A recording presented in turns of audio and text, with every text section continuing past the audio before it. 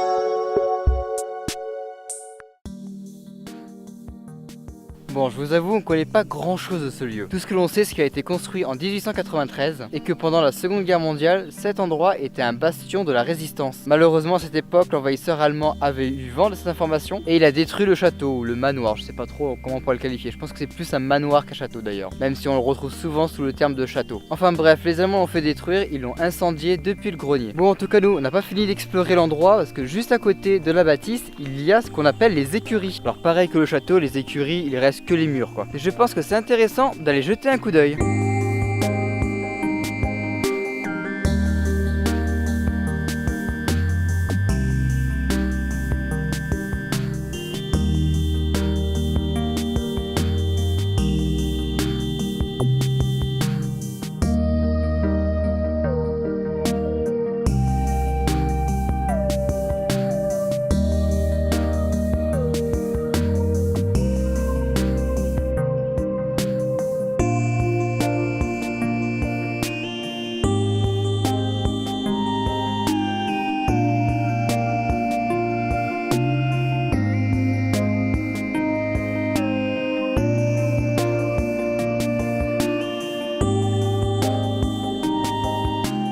Bon, je vous avoue, l'endroit que je vous fais visiter aujourd'hui n'est pas un endroit qui fait vraiment très peur, même voire pas du tout. Et ce qu'il faut bien comprendre déjà, c'est que l'endroit où se trouve le château est dans un endroit totalement perdu, il n'y a pas de civilisation à côté. Enfin, il y a un tout petit village qui est pas très loin, mais le château en lui-même est dans une forêt totalement perdue. Et du coup, quand tu te promènes dans cette forêt et que d'un coup tu tombes nez à nez avec ce château, je peux vous avouer que ça vous fait un peu bizarre. Enfin bref, pour revenir sur le fait que cet endroit n'est pas forcément très effrayant, faut comprendre que si je fais de l'urbex, ce n'est pas du tout pour me faire peur. Alors je ne crois absolument pas aux fantômes ou aux présences ou à tout ce qu'il y a de paranormal en fait. En fait, je suis un peu comme Saint Thomas, je ne crois que ce que je vois. Et du coup, tant que j'aurais pas vu de fait paranormal, et ben je n'y croirais pas. Enfin bref, tout ça pour dire que dans l'urbex, ce n'est pas ça que je recherche. Moi, je préfère voir la beauté du lieu, l'histoire du lieu, plutôt que le fait qu'il soit effrayant ou un truc comme ça. Ce lieu reste pas moins très intéressant, il est très joli à voir, il est très facile à aller visiter. Et même si on connaît pas grand chose de son histoire, ça reste un endroit très joli à voir. Enfin bref, je vous embête pas plus longtemps, j'espère que cette vidéo vous aura plu. Dites-le moi en commentaire ou par un like, comme vous savez le faire. En attendant, je vous dis à la semaine prochaine